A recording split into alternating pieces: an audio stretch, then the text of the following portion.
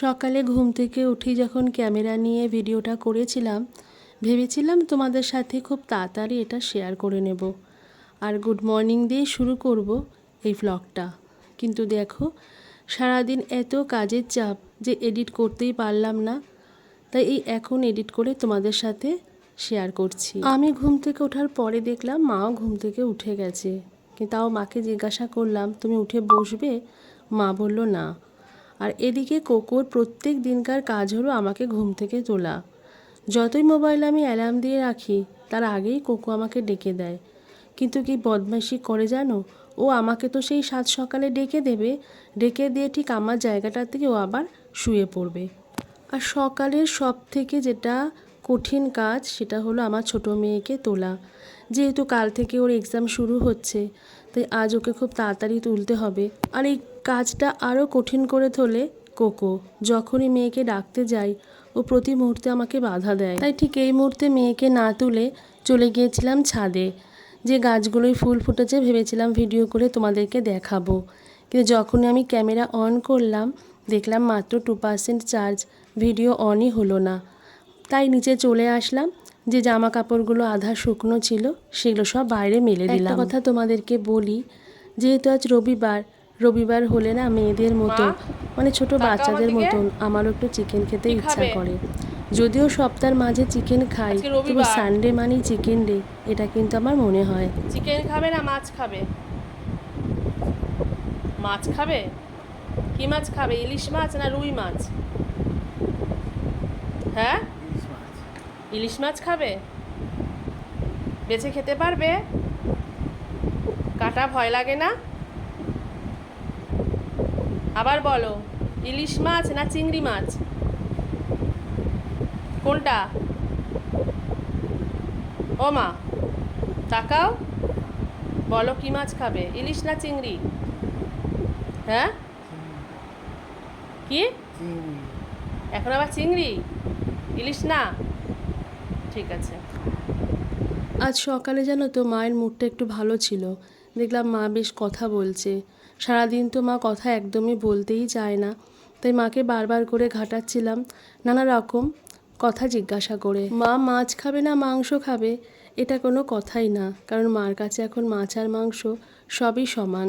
কিন্তু এই মাছ না মাংস এটা নিয়ে বরের সঙ্গে একটু ঠোকাঠুকি হলো। আমার বর ভীষণ ইলিশ মাছ পছন্দ করে, আর আমি জানি 100 জনের মধ্যে 95% জনই ইলিশ মাছ খুব ভালোবাসে, কিন্তু আমি না ব্যতিক্রম। ইলিশ মাছ আমার ভালোই লাগে না, তার থেকে আমি কাতলা মাছ ভীষণ ভালো খাই।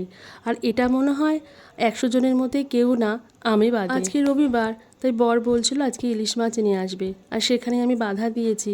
আমি বলেছি তুমি খেলে খাবে, আমি কিন্তু খাবো না, চিকেন আনতে হবে।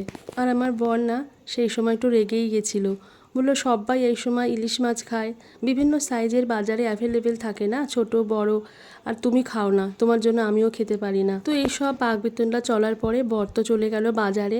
তারপর শুরু হলো বৃষ্টি, আর আমিও দেখলাম হাতে একটু সময় আছে, ফোনটা নিয়ে বাইরে গিয়ে ক্যামেরা বন্দি করে নিলাম। জানো তো, হাতে ক্যামেরা নিয়ে ভিডিও করছি ঠিকই, কিন্তু মাথায় আমার চলছে যে টিফিনটা কি বানাবো।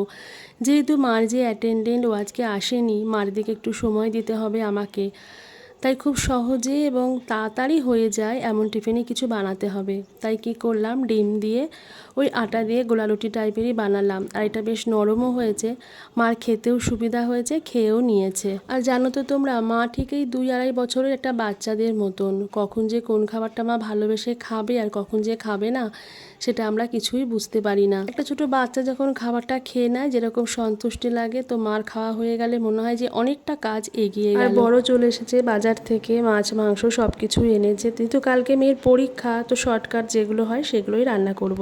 তবে আসো, চিকেন নিয়ে তোমাদের সঙ্গে কিছু কথা আজকে শেয়ার করি।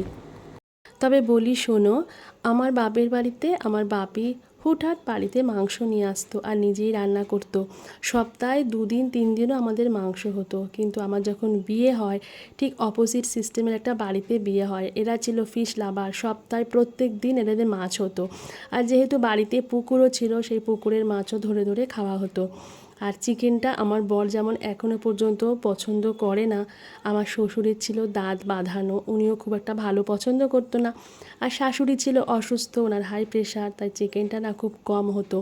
কিন্তু আমার যে কি সমস্যা হতো, আসলে বিয়ের পরে প্রত্যেকটা মেয়েরই তো এটা হয়ে থাকে না, শ্বশুর বাড়িতে গিয়ে নিজের চাহিদাগুলো ঠিক মতন বলতে পারে না। বিয়ের আগে আমি মাছ খেতাম না, মানে খেতে খুব একটা ভালোবাসতাম না, কিন্তু বিয়ের পরে এত ভ্যারাইটিস টাইপের মাছ কিন্তু আমি শ্বশুর বাড়িতেই খাওয়া শিখেছি। চিকেন হতো না মানে এটা ভেবো না যে একদমই হতো না, হতো সপ্তাহে হয়তো একদিন হলো বা মাসে 2বার 3বার হলো। কিন্তু ওই যে বললাম, এরা প্রচণ্ড মাছ খেতে ভালোবাসতো, এখনও বাসে। আমার বর বাড়িতে বিভিন্ন রকমের মাছ আনে এবং তাকে রান্না করে দিতে হয়, কিন্তু আমি আমার 2 মেয়ে সবসময় আমরা একটু সেপারেট দলেই থাকি। আর এটাই হয়ে গেল সমস্যা। বাড়িতে আমরা 4 জন, যদি 3 জন একদিকে থাকে আর একজন অন্যদিকে থাকে, কি না সমস্যা বলো। আর ঠিক যেই প্রবলেমটা আমি আমার বিয়ের পরে ফেস করেছি, সেই প্রবলেমটা আমার বর এখন ফেস করছে। আর এটা না খুবই কমন একটা প্রবলেম হয়ে গেছে এখন ম্যাক্সিমাম বাড়িতেই, যাদের বাড়িতে ছোটো ছোটো বাচ্চারা থাকে, তারা কিন্তু হয় ডিম বা চিকেন এটাই কিন্তু বেশি পছন্দ করে, মানে মাছ খাওয়ার প্রবণতাটা বাচ্চাদের মধ্যে খুব কমই থাকে। তবে আমি কোথায় বাচ্চা, আমি তো একটা বুড়ো বাচ্চা, কিন্তু যেহেতু আমি মেয়েদের দলে, এটা আমার বরের জন্য একটা সত্যি খুব প্রবলেম হয়ে যায়। যাই হোক বন্ধুরা, সকাল থেকে ভিডিওগুলো শ্যুট করেছিলাম, কি বলবো কি কথা বলবো, তাই এই সমস্ত কথা বলে তোমাদের সঙ্গে ভিডিওটা শেয়ার করলাম। সবাই ভালো থেকো, পাশে থেকো আর আমাকে সাপোর্ট করো। অনেক ভালোবাসা। আজকে যেহেতু ফ্রেন্ডশিপ ডে, আমার সকল ফ্রেন্ডশিপ ডে, আমার সকল বন্ধুদের জন্য রইল আমার আন্তরিক শুভেচ্ছা, ভালোবাসা। টাটা।